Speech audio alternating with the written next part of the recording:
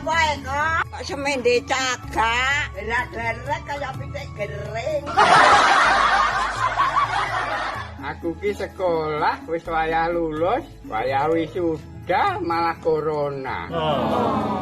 Lah iso ngumpul kanca-kanca aku mi. Ya wis ora usah sedih, ketemu aku ora seneng.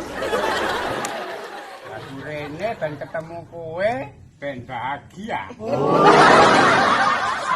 Tapi aku bingung, baru lulus jar kerja apa?